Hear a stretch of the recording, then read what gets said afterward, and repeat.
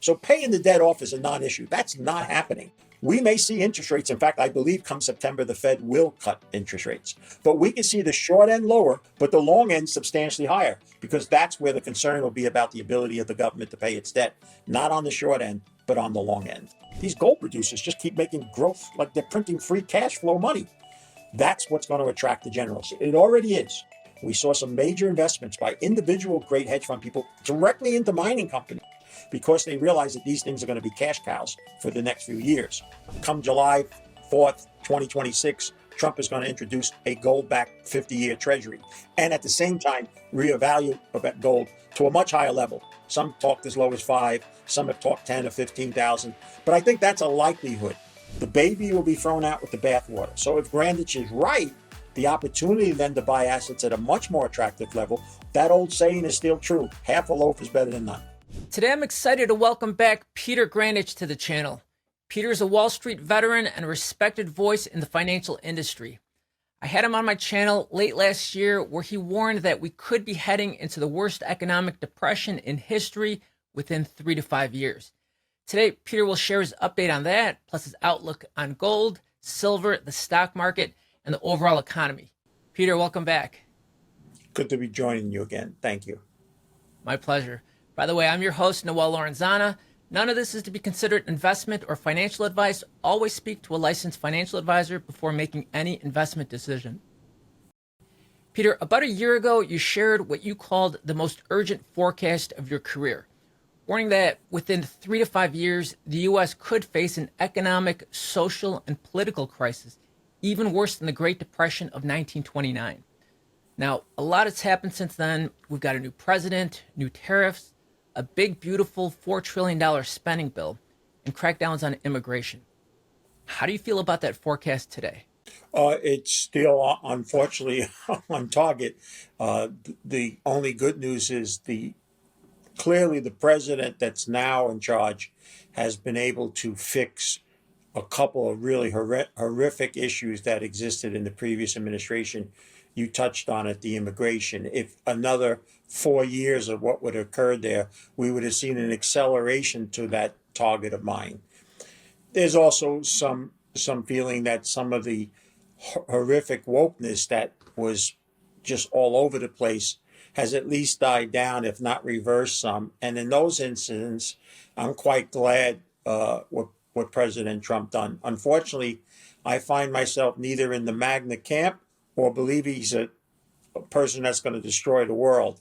And because I'm basically in the middle somewheres, I'm not really liked by either side, especially when I express my economic concerns. You mentioned one of the two things, the big bill, which sounds good, but is only going to accelerate the problems that you and I discussed last. And of course, the trade war, which many people forget the slogans of 90 deals in 90 days and all the things that we were told. And here, as you and I speak here as we approach the end of July, there's really only one that he can point to. And even that, by the time you air this, is probably going to have been watered down. And that was the most recent European agreement, which all the countries that make up the union have to come to an agreement on. And every single one believes the house was given away and they're not going to live up to the deal that was currently discussed. And when you look past that, there's really nothing else to point to. China, again, they're playing their cards so well. I'm not a fan of China. I don't want to live under Chinese rule, but they're clearly outsmarted the United States for several years. Nothing's changed. This 90-day pause that has been created again, the U.S. had to do it, Noel, because they realize that they are so behind the curve on critical minerals. And we're going to end up in a war. We have a head of the Defense Department now talking about it's only a matter of time till we're going to fight for Taiwan. And we need them to provide us the ample supplies for our ammunition, the people that are going to be fighting against. So I'm long-winded here, but I guess the answer to your original question is, no, nothing's changed in my target. It was a few years off. We have a couple more years. But we do have, and I like to discuss this more with you if possible, what I call a dual economy. We have that upper echelon, the 10% wealthiest Americans who own 86% of the assets living in a much better world and economy, and Wall Street caters to that. The next 40% own the remaining 14%, and then half of America owns none. They're not living anything close to the economy that the others are experiencing. And it's that bulk of that 90% that drives the economy, not the 10 percenters. They can't spend enough of their money in hospitalities and food and leisure and all that. And good part of America now is really struggling just to stay afloat. So yes, the answer to your question, I guess I should just shut my mouth for a moment and tell you is, yeah, I still believe that forecast and outlook that I had remains solid. Interesting. Thanks for your insights on that. Yeah, definitely wealth inequality is a huge issue, and I don't see any way to remedy or resolve that between the haves and the have-nots. So right now it's July 29, 2025 as we film this. Gold is up 27% for the year, and silver's up 29%. Gold's been trading sideways for about the past few months, while silver's been in a decent uptrend. I believe you've been bullish on both metals in the long term. Where do you see things headed for the rest of the year and maybe beyond? Well, let's not lose sight that while Wall Street is never going to like gold as an investment because it's kryptonite to what they do make their living off financial assets, the fact remains that since the new millennium, gold has outperformed both stocks and bonds. And even silver now for this year, something which until earlier this year I was not a big fan of. Silver was always my second choice when it came to metals. But when it touched below 30, I felt that its day in the sun had come, and I thought silver could actually surpass gold in terms of performance for the rest of the year. And I still believe that as you and I speak. But we must remember this is not an area where you're going to get confirmation by the general investing advisors and the financial media that's tied to the hips. People keep sending me messages about, well, they said this on CNBC. They're one of the rare times they may even speak about it. You can't expect that from them. They're not, they've missed the boat. I find it ironic. No, and I'm not, I know you're a younger man than me, but I find it ironic that almost half of financial advisors weren't even born when I started in this business.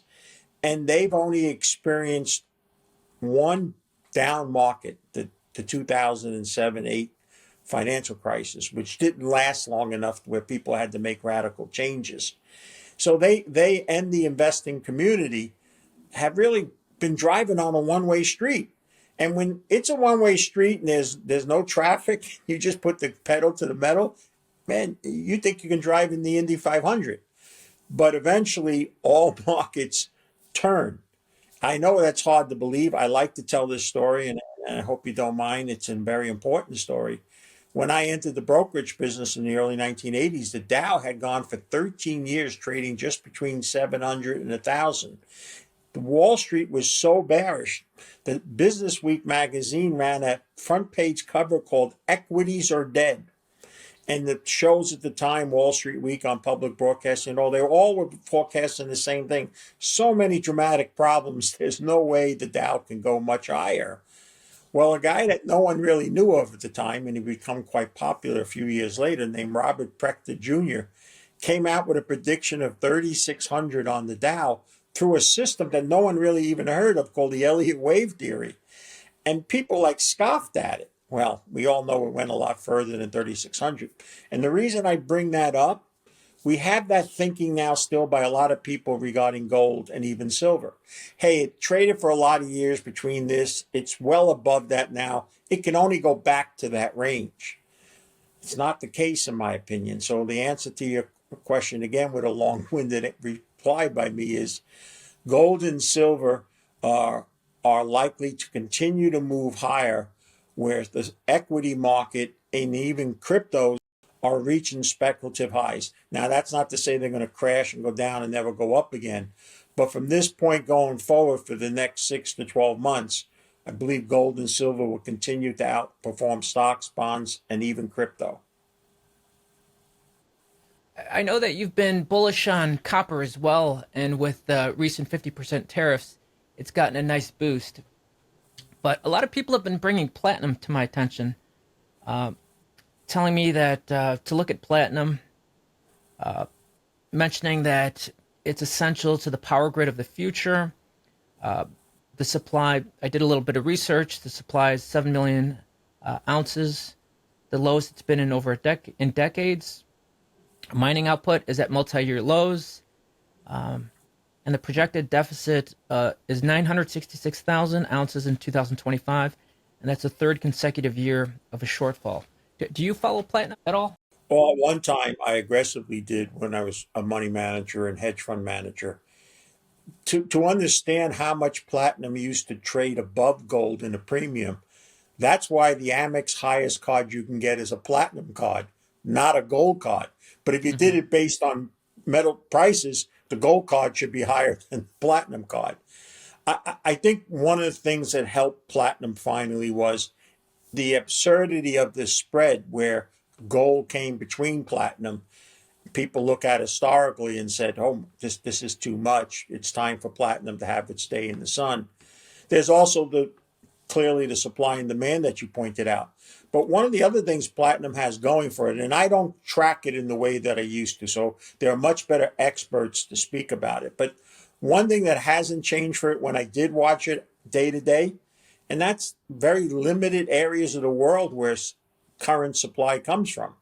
They're mainly Russia and South Africa.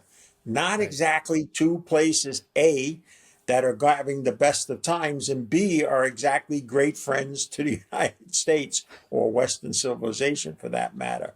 So I think platinum has justifiably rallied.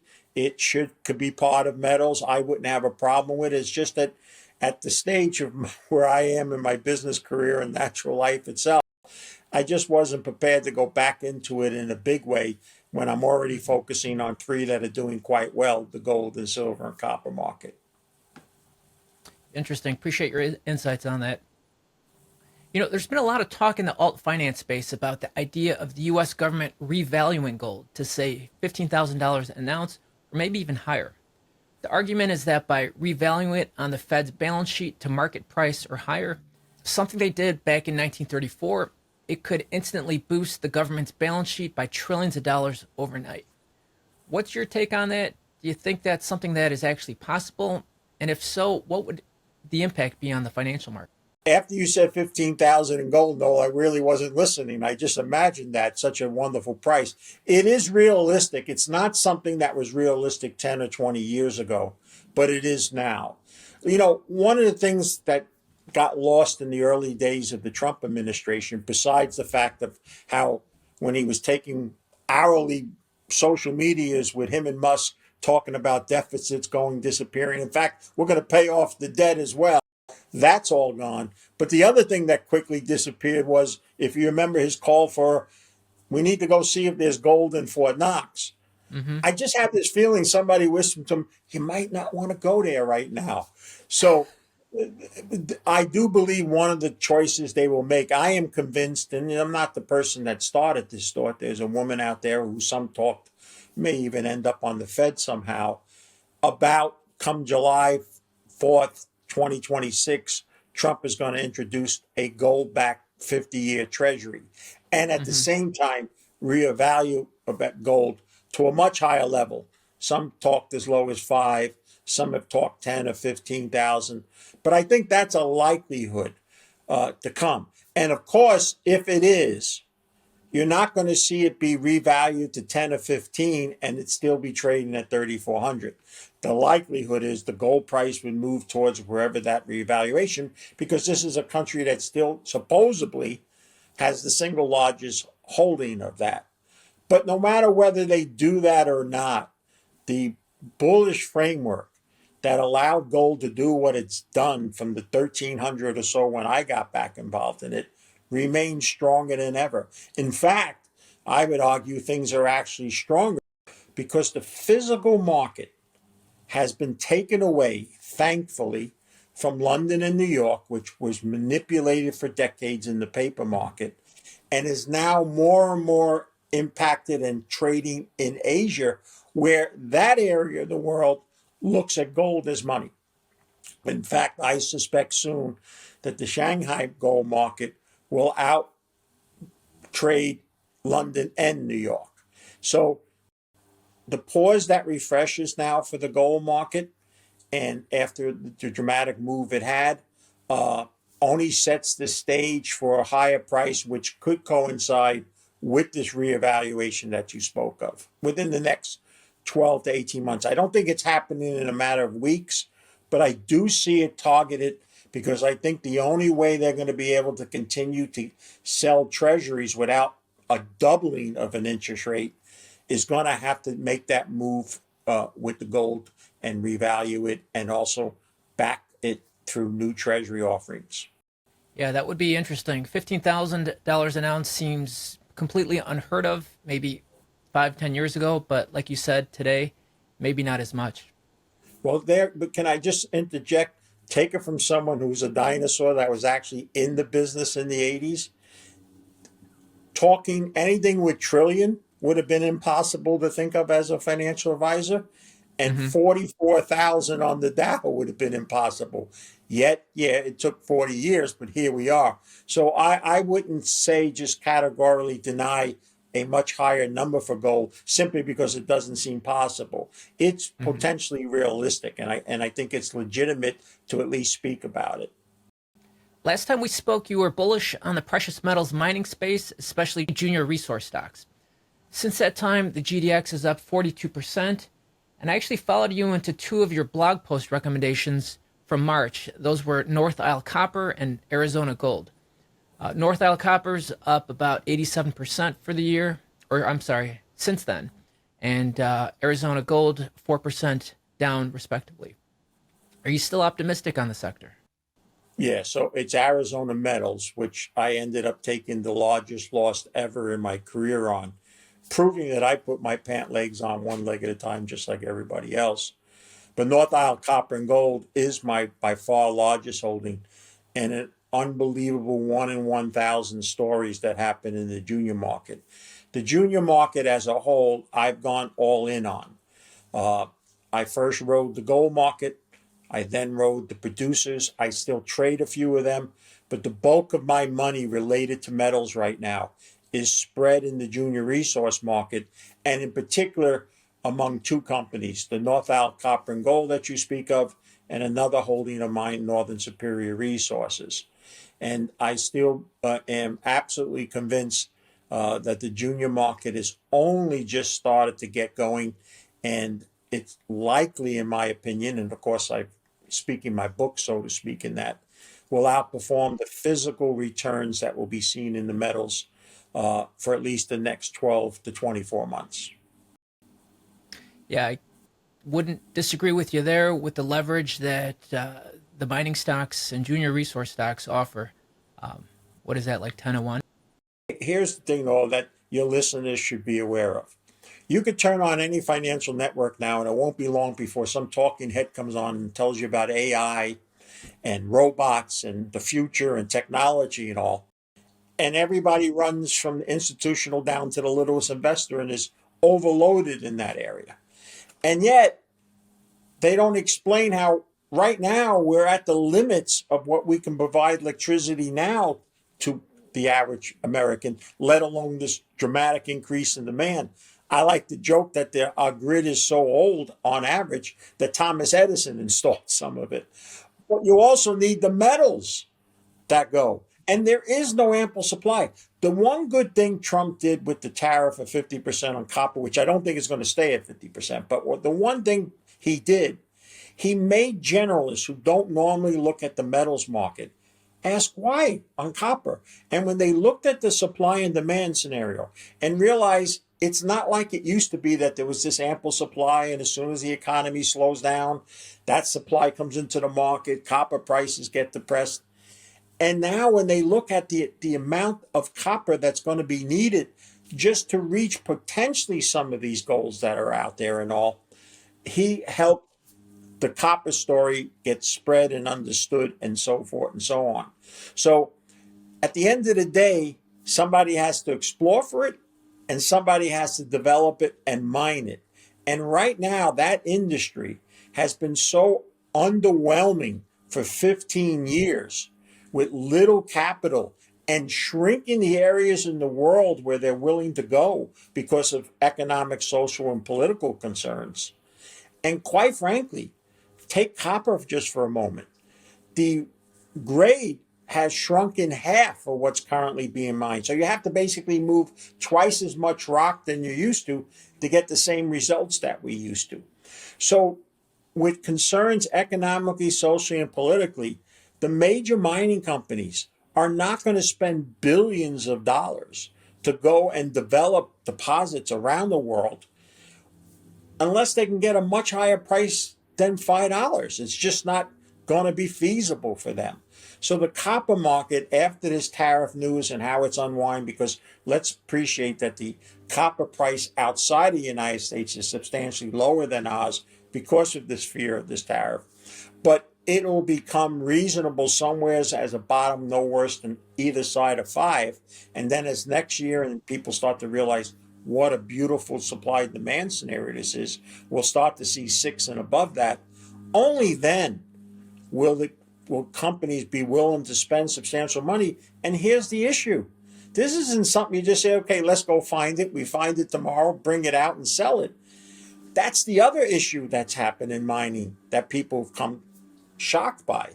That here in North America, it could be as little as 10 to 15 years to almost 30 years from the initial discovery to the first time that they pour that metal.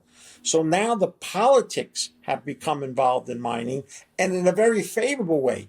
Most politicians, whether it's for uranium and nuclear, all the way to metals, in North America, Canada, US, they never wanted to be seen associated with metals unless they were one of the few states or provinces where a lot of that was from. Now all of them have become so pro-mining because they realize all these metals are necessary to move and sustain growth in your countries, and you don't own it. In fact, one of the places where critical minerals are found is the area of the world known as China, where neither the United States or Canada can say, hey, they're the best of friends. We never have to worry about them holding supply away from us. That's the bargaining chip that Trump won't speak about publicly, but he knows and been told that about China. And China knows that and some other things are never going to be seen him come clamp down on, and are going to run the clock out with him. And they don't have to run it out for the next 3.5 years. They just got to run it to next year's general elections. And if Trump loses either the Senate or the House, China goes, we're okay. He's not going to be able to get much done after that. So the metal story and the mining, I'm sorry I went on, but this is very important for people that care about minerals. This is a scenario that's not going away anytime soon. Even though metal prices have gone up a lot, we just seen Newmont report dramatic, the world's biggest mining company, dramatic free cash flow numbers, just phenomenal.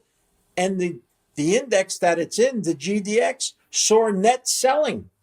So the financial institutions, at least in North America, and particularly here in the US, are still selling these companies net, not racing in to own it. Unlike the speculative bubble that exists in stocks and general stocks and crypto, the mining industry is still not an ounce of pure speculation in it yet. That's why I know it still has a long way to go, and that's what I'm betting on. Yeah, it definitely is an unloved sector. And, I wonder to myself, speaking about these metals, at what point could the U.S. government consider some of them strategic metals and, stockpile them like they have done in the past? Well, they're doing that now. They recognize that it's happening with uranium. They're looking at it with some other metals. And let's not forget, and I'm not an area of expertise on that, but there's these metals that are even hard to pronounce for me, let alone describe what they do. But from defense, from needed technology to providing power and all, we don't have them. In fact, the last administration decided in an area, I think it was Minnesota or Michigan, forgive me for not remembering exactly, they denied permitting to the one area where there were these critical minerals. Now, Trump has reversed that. That's another positive thing to say about it. He and his administration has recognized that. That's why the revitalization in Alaska has occurred, because it was being held back by the previous administration. But again, does the follow through, do we get enough years of that type of thinking from an administration to allow this to really take hold? Because even if we threw a ton of money at it right now, as I just said earlier, this is something that's going to take years to develop. We're not going to have the ample supply we need in a matter of weeks, months, or a couple of years. It's going to probably take almost a decade. And are we going to stay willing through that, through whatever changes politically and all? So I still argue that, for me anyway, for my own personal greedy self, the metals and mining industry is an area where I'm going to put a lot of focus on, because it doesn't have a lot of downside to it, where you could argue there could be some downside to general equities and other speculative assets that people have run into, like the crypto market. Yeah, and like you said, it seems like it's just getting started. And the one other thing I want to add is that while we're up, we're still historically much lower than levels that were achieved in the lasting bull market, the 2010 and 11. So even from a technical standpoint, the metals, the mining shares, and even the juniors have much more run in them before they would even get back to historical highs. Right. And commodities bull markets, do those normally run 10 years or is that 20 years? I was never a big cycle person. There are still people that believe in cycles. So much has changed. Maybe let me use this moment to share with you and know that to your listeners. This is really important. The financial market that I entered as an advisor in early 1984, especially the stock market, doesn't really exist anymore. Back then, that year, 90% of the trading was the individuals. 10% was only institutional, and there was no computer trading. Computers were not implementing any sort of trading strategy. Now it's estimated that over half, almost closing on 60% of the money in the general equity market, is in passive investments. This is where people have turned money over to management through an exchange traded fund, a mutual fund, etc., that's just trying to match the performance of a particular index or indice, and the most popular one is the S&P 500. That manager, he or she, does not have discretion to go outside of that formula, buy a little bit more of this, don't sell as much as that. That needs to stay that way. It's one of the reasons why there's been a narrowness when people look at, say, technology in the S&P 500's performance versus, say, the Russell 2000. The second thing that changed is we now have something that most, even the investors, financial advisors aren't even aware of. And that's what's called black pools. And Bloomberg did a great report a couple months ago that black pools, which are basically places off exchanges from the main two exchanges, where large institutions buy and sell stock between themselves, and the public never sees that, to the point where more of the volume on the daily basis is happening in these black pools than in the general New York Stock Exchange and NASDAQ that we see. So when I meet people tell me, oh, I'm sitting home and trading, I said, well, you're sitting home and trading without half the information, because there's people that are able to move and do things that you can't even see or know until after it's done. And that's a big, big change. And then, of course, the third change is the type of licensed financial advisor that's out there has been limited to only experiencing one down market of any length, to 2000 and 2007 and 8 market. The pandemic cause and drop was over before you even had a chance to recognize what it could mean. So I think the mistake that people with gray hair or no hair, or in my age group, boomers, who sit at home and still think and look at the stock market the way they did 30 or 40 years ago, are in big trouble, because it's nothing like it used to be. And I think that's another important thing that people have to take into account here and all, and to understand that more now than ever, large type of investors have a much better advantage over the small little investor, despite the beautiful ads that these discount brokerage firms run and make it sound like you can be one of the big boys and girls. You really can't. Yeah, and from personal experience, I can tell you it's pretty easy to get into the financial services industry. For example, myself, I took the Series 65 earlier in the year, was studying for it quite a bit, and was able to pass it.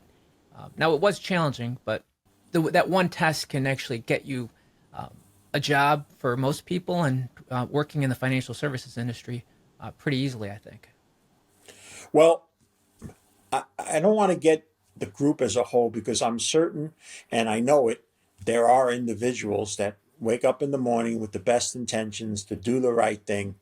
Mm-hmm. But I believe even if the Archangel Gabriel came to some of them and told them that tomorrow the stock market was going to crash and God wanted me to tell you that, even if they chose to listen to it and went down to their office to basically tell all their clients, I think the market's going to crash, most firms will not want them to speak in that manner and all. Right. So the objectivity of financial advisors, I think, can be called into question.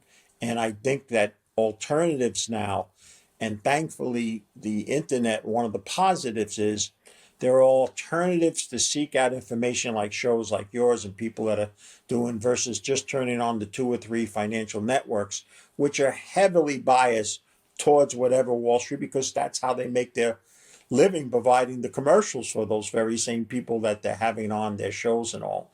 So I Right. do think that lack of professional experience, along with the general investor themselves, and what we just described as a market and a board game completely different than existed 30 or 40 years ago, has made it tougher for the individual investor, not easier, despite what the commercials will try to make them believe so. In a recent interview you did with David Lynn, you said that the day of reckoning is near, closer than it's ever been in your professional career. Can you unpack that a bit? What exactly did you mean, and what do you think that could actually look like? Well, again, thinking in terms of many months and years, not in a matter of hours, days, or weeks. What we started this interview about is that I believe America has, despite Trump trying to do things somewhat different in some ways that are positive, we have entered the worst economic, social, and political era for America in its history. In fact, I'll argue that the polarization among its people and its political frame is as bad as it might have been just before the Civil War kicked off. In fact, the big issue that I have now is if we have another financial crisis, which I obviously believe is just a matter of a few years away, we no longer have two parties that could even go in the same room to try to fix it. Even though the last time they had to do it, they didn't do a great job in fixing it. They just patched it up, but they were able at least to try to do something. I think there's such political ill will among them that it won't be achieved. The other issue I have, and people don't like to talk about this, but the very people that we're dependent on to bring out good laws and governance, and then would be called upon to act in crisis, meaning Congress.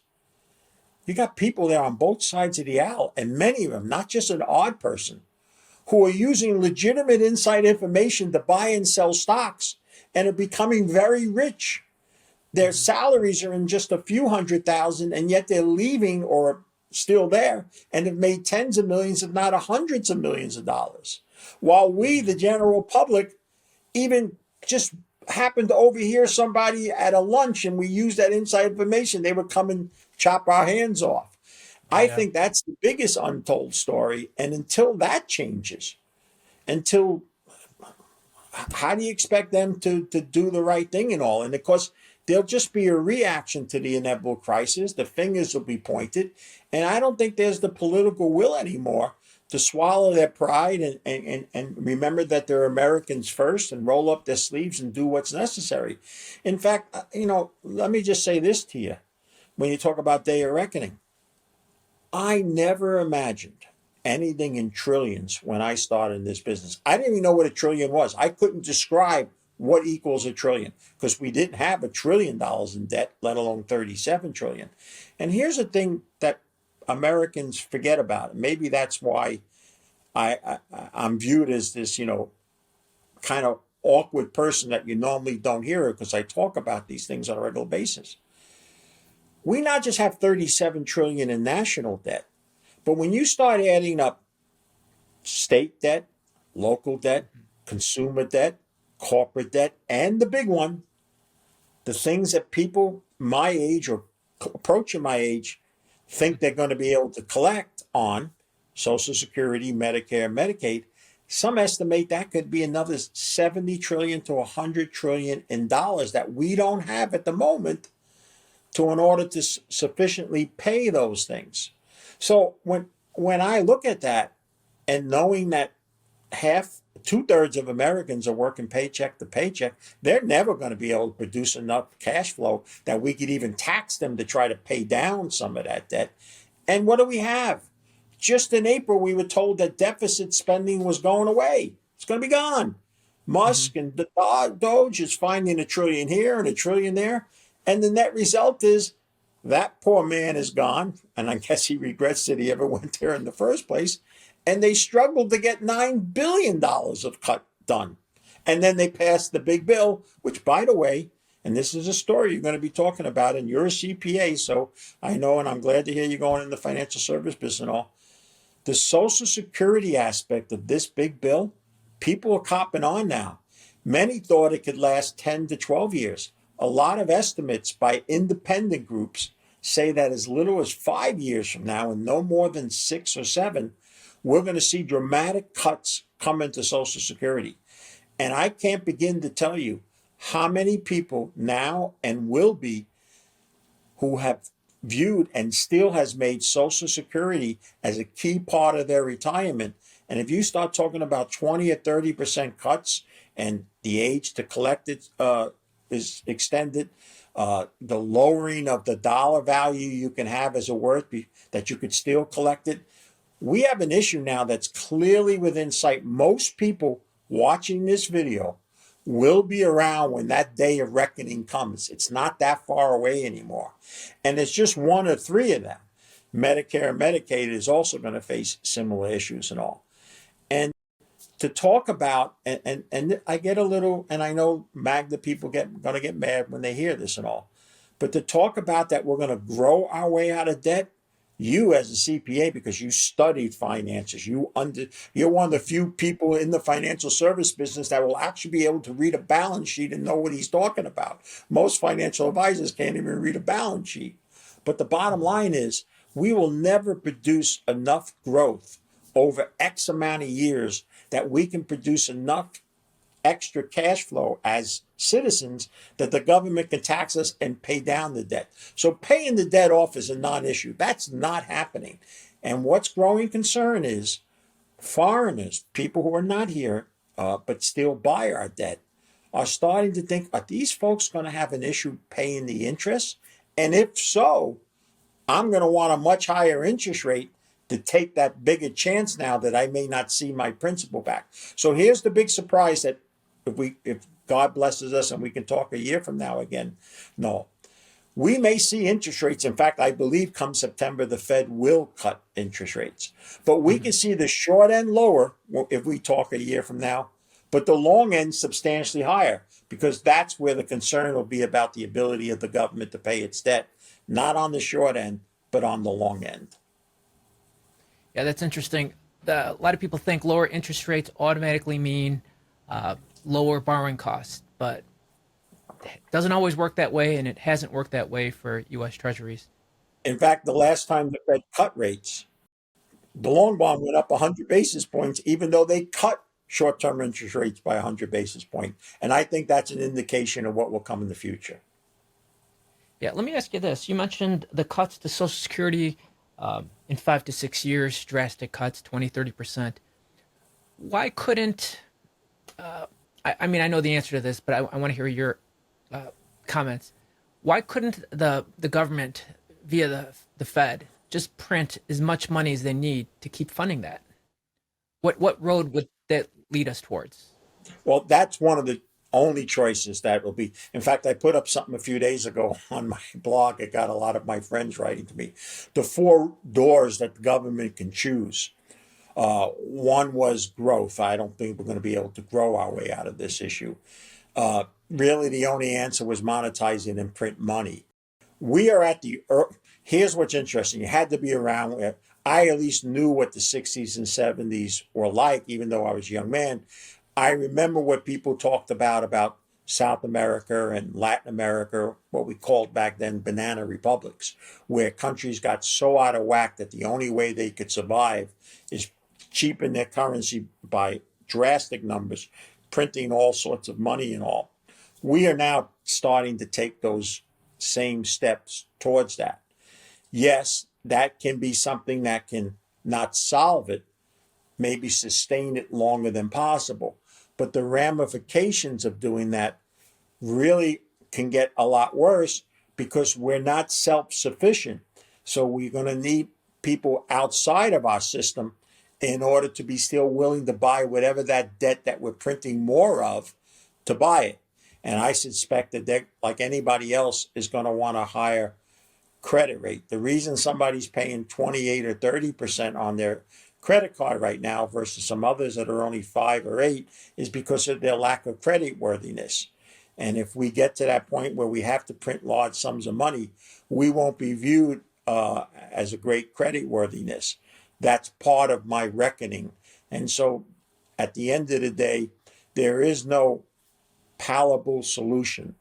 The only choices that'll be left at that point. Now, we've had people from as early as the early 1990s that have been warning about this, but their voices are so limited and there is no austerity. If you remember, part of that, of the election of Trump, was going to be austerity. We were going to get our fiscal house.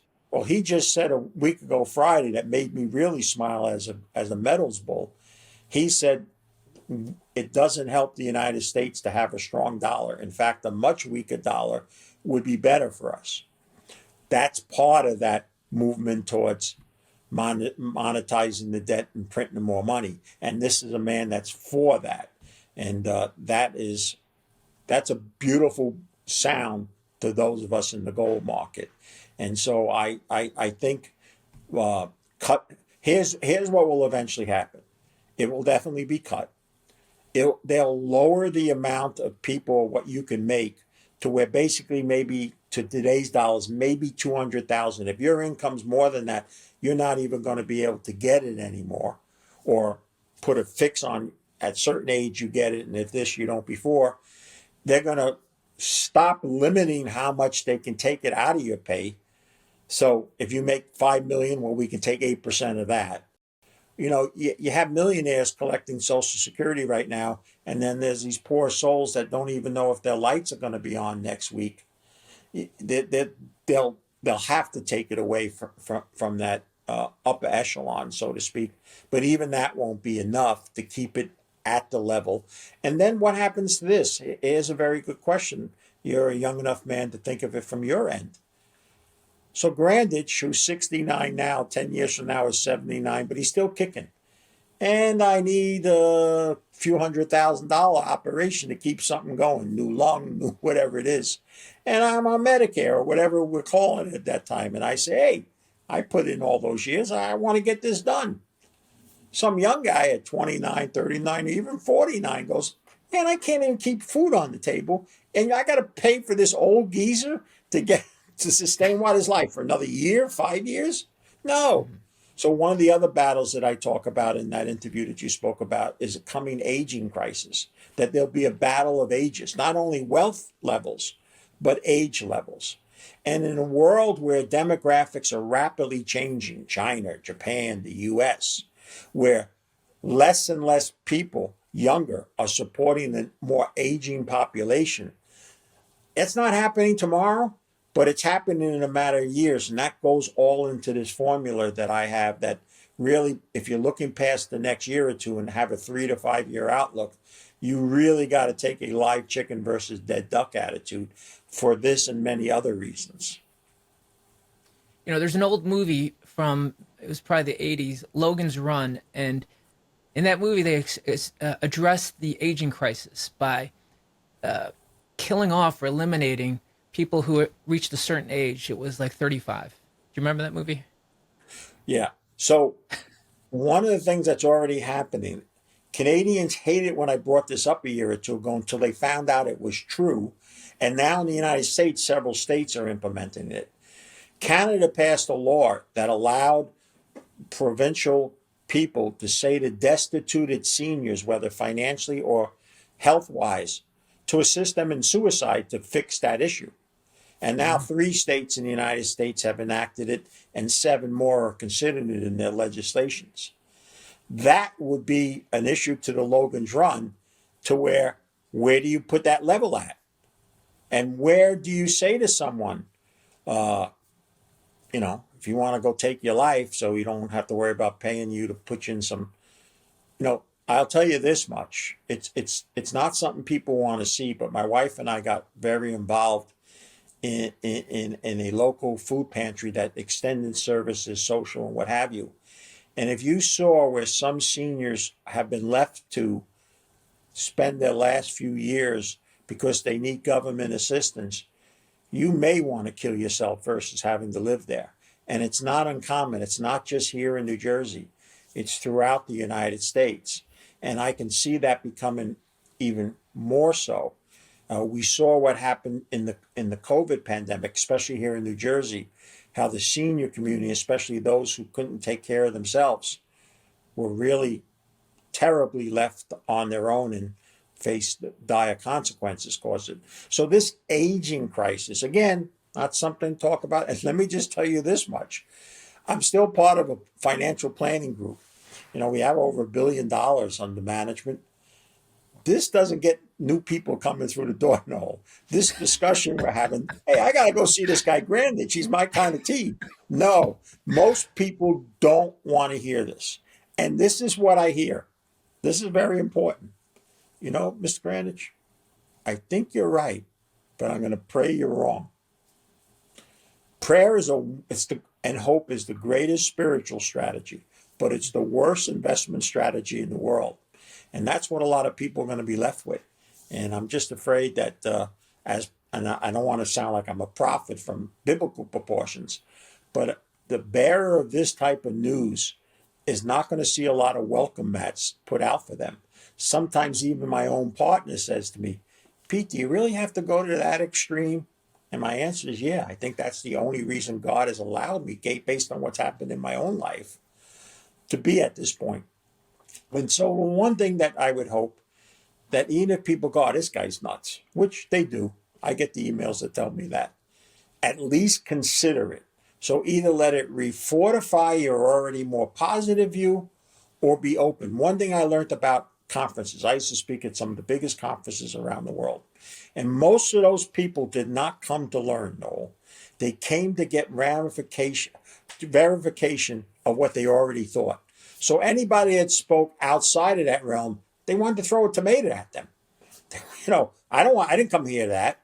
You need to be open-minded. And right now, the financial industry is so one-sided, so speculative, on one way of thinking, that they've not left room for the inevitable reversal that eventually comes from some point.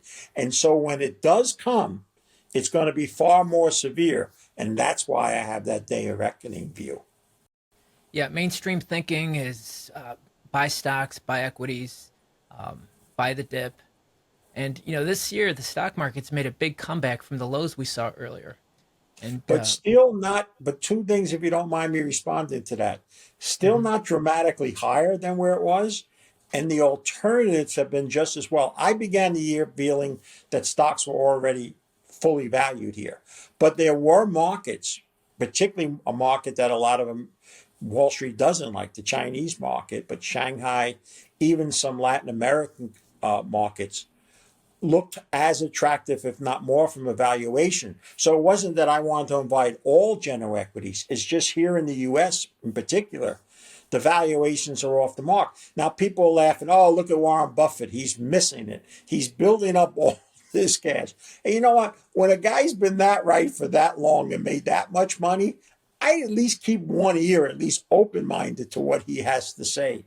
And we'll know if in 2 or 3 years we're at 50,000 and never went down. Then Warren Buffett was wrong. But I'll argue, I'll give, if I couldn't manage my own money, I'd be glad to give my money to Warren Buffett.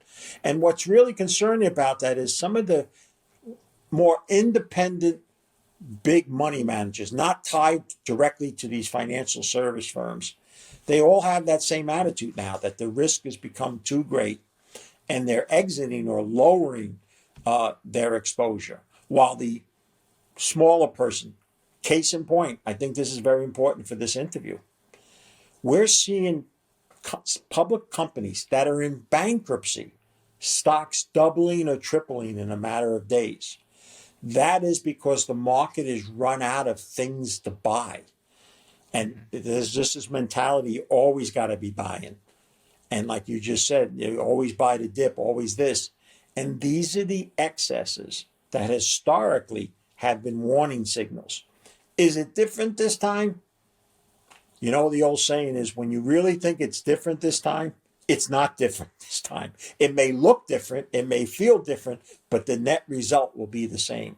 And that's why like I said, is you need to err on the side of caution. It's okay to be a live chicken versus a dead duck. Yeah, I really like that saying of yours. What do you, can you break it down first? What do you really mean by that? You'd rather be a live chicken than a dead duck. Well, let's just say Grandich is wrong. Not that that hasn't happened more than once in a 42-year career, okay? And things just get better. I still doing okay in other things that don't, which we've talked about, metals, mining, having my money in T-bills. Okay, so I only earned 4%. Now, I give you an example. One of the products that was horrible for most of the time it existed in America. In fact, I would argue most financial advisors sold it because of the commissions that they paid. And that's index annuities, equity index annuities, or products related to that now because they've massaged it. But what they did in the last few years is they finally made it a worthy investment if you have an attitude like I do. Hey, the market is kind of high. I really don't want to see a loss, or can I afford a loss? So I'm willing to take a bet that, hey, I'll have no losses, but I'll limit my upside. So we use a product that basically says you make 7%. The market goes up 7%, you get it. But everything after that, the annuity company gets it. But anything on losses, we'll eat it to have that upside. Hey, if I can just make 7%, we use one in gold right now. It has 11%. I think you should be really thrilled if gold goes up 11% in the next year. Happens to go 20, okay. But as long as if we're wrong and it goes back down, I don't lose anything. So that are what I call live chicken versus dead duck approaches. And so taking this attitude, I'm not going to be getting wiped out if I'm wrong and things go great. But I'll tell you this much, even if I'm half right, the opportunity to then buy assets, which will be much, much cheaper overall. We're starting to see that now. Look at the condo market. And you look at the condo market, just not in the US, our dear friends in Canada. The hottest two places for condos was Toronto and Vancouver. They were going up 3,000% over 10 to 15 years. Now condo markets, take certain areas in Florida, got huge problems. But like everything else, the baby will be thrown out with the bathwater. So if Grandich is right, the opportunity then to buy assets at a much more attractive level, or even provide capital to people and get a much higher return than what may be offered in banks at all at that time, I'm going to take that route. And, if I only end up with half a loaf, that old saying is still true. Half a loaf is better than none. Yeah, very good. Let me ask you this. If stocks or equities take a big drawdown here, are you still holding your metals and miners, or are you going to ride those out? Because I know when there's a sell-off, usually everything goes with it. So let's categorize what type of sell-off and how fast. If you said to me, Pete, I saw the future and the Dow falls 30% in a day or a week, will the shares be impacted? Yes, because then they become liquidity. The good news in that is there'll be the least group that stays down for that long because they're going to be sold for liquidity, not because their industry fundamentals have changed. Outside of a market crash, which I'm not in the camp of, I believe we'll roll over. And I believe that the stock market, like I began the year, will be either side. I said this year will be 5 to 10% either side, and I think that's going to be the next few years. I don't see it going 50% lower in 6 months or something like that. Now, if you have that, there will be some hindrance to the mining shares.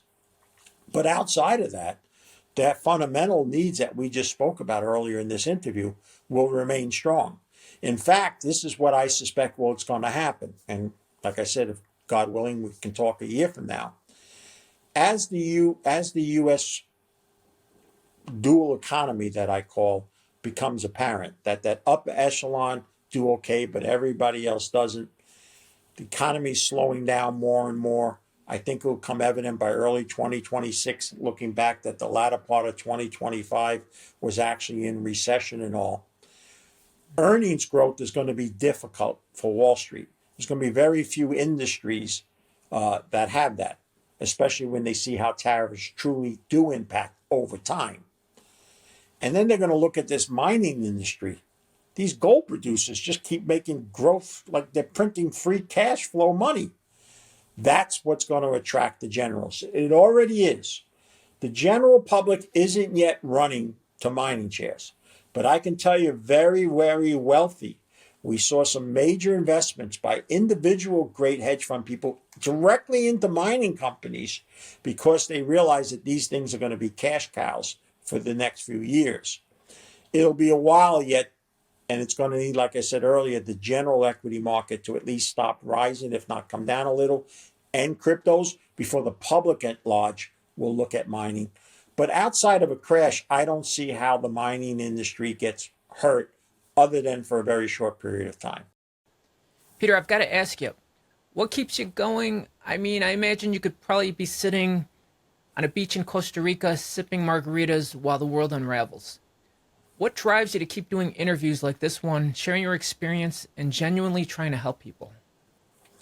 So let's start at the secular reason. So I mentioned Robert Prechter Jr. earlier. Early in my career, when I made this forecast of a crash in 1987, Robert was very good to me. He wrote to me, congratulated me, wrote to the company I was working for. Because of his recognition, they elevated me to a higher position. And he, along with another mentor who since passed away, said to me that if you ever get in the position that you can help others like we helped you, please do so. So paying it forward, so to speak, is what I'm doing now. That's the main secular reason I do it. Now, I wear my Catholic Christian faith on my sleeve, both in my work and in my personal life. And you're only viewed three ways by people. A, you're a charlatan. He just uses that to sell his mining stocks. Wouldn't be the first time somebody said that, won't be the last. The second group is, I don't care what you do. You can stand on your head. Can you help me make money? And then there's the third group. They're the smallest, but the one that keeps you going. Wow, Mr. Grandich, I can't thank you enough. Like you said, you really gone beyond the call of duty here, helping us, yada, yada, yada. That sense of well-being and the gratification that I get from my teaching that I depend on, the Bible is the foundation of life to me. Even though most people view it as a book of don'ts, it's actually a book of do's. And ironically, whether you want to view it as something historical or biblically true, it's a better way to live. And it has a lot of great teachings about matters of finance. And when you look at it, half the parables are about it. In fact, there's more verses about it than there is what you would think would be the ultimate topics of that book, heaven or hell. So those are the things that propel me and keep doing this. Now, one of the things I can tell you that I've learned at age 69, it's a lot harder to do some of the simplest things that used to be at 59, 49, and 39. I hope it continues, but for as long as I can do it versus, as you said, sit on an island and sip a margarita or something, I like to tell people this, Noel. I could buy a bigger home, could get more of an expensive car, but that isn't what the teaching that I depend on taught.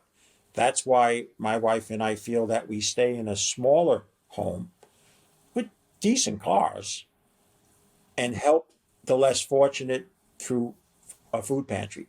Let me leave you with this, and I hope all Americans, if they listen to anything we say here, if you've been blessed with excess, know that there are people, too many of them now. The growth of need for just food alone in America is tenfold. The local place that we assist and help with, they've seen their amount of family demand grow by 1,000% in 5 years. And that's across the board. There are people today, while we may watch this and comfortably and then go about and buy our stocks and go out and have dinner and all, who don't even know how they're going to put food on the table. And I'm talking about working class people. Over half the people on these lines at this local food pantry, both husband and wife are working, but still need to get some excess food just to meet the minimum needs of food and all. So those are the things that I think of, even though people write and these keyboard warriors, I call them, and Grandich is a crook and he's doing all that. But those are the things that motivate me. Those are the things that don't mind spending an hour speaking to a young man like you who's trying to do the right thing in a world where the right thing is harder and harder to find. So yes, that is my motivation. And please God, it allows, and someone will watch this and get a good usage out of it, not because they ran and bought a mining stock and made money and all, but just to understand and appreciate that there are some real challenging things ahead economically, socially, and politically. But that doesn't mean we run for cover or just think about ourselves. Now more than ever, we need to take whatever gift has been given to us and try to share it with others. There's a biblical saying, God loves a cheerful giver. And a good friend of mine, my best friend, who passed, used to say that if it's just based on generosity, Pete, you're in.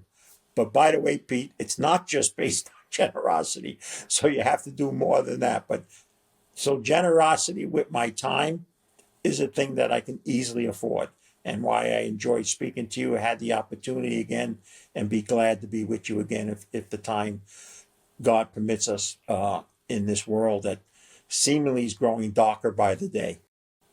Wow, that was incredibly powerful, Peter. Thank you so much for sharing that. It's been an honor to have you back on the channel. Thank you so much. How can someone get a hold of you or follow your work? Well, get a hold of me as long as they're not willing to want to hit me because of what they just heard. They can go to our website, petergrandich.com. There's also a YouTube channel where I will publish videos like this where I'm interviewing some people that I interview as well. But the main focus is through X or Twitter, where I do most of my communication. And even if it is on my blog or YouTube, it's always put on my X page. So I'd say the best thing is my X page, which is at Peter Grandich. Perfect. I'll be sure to put those links on the screen or in the show notes. Thank you, Peter, and thank you, the viewers, for watching. Don't forget to like and subscribe. And if you want to check out my last video with Peter from November, you can check that out up here. Take care, and don't forget to live below your means. Thank you.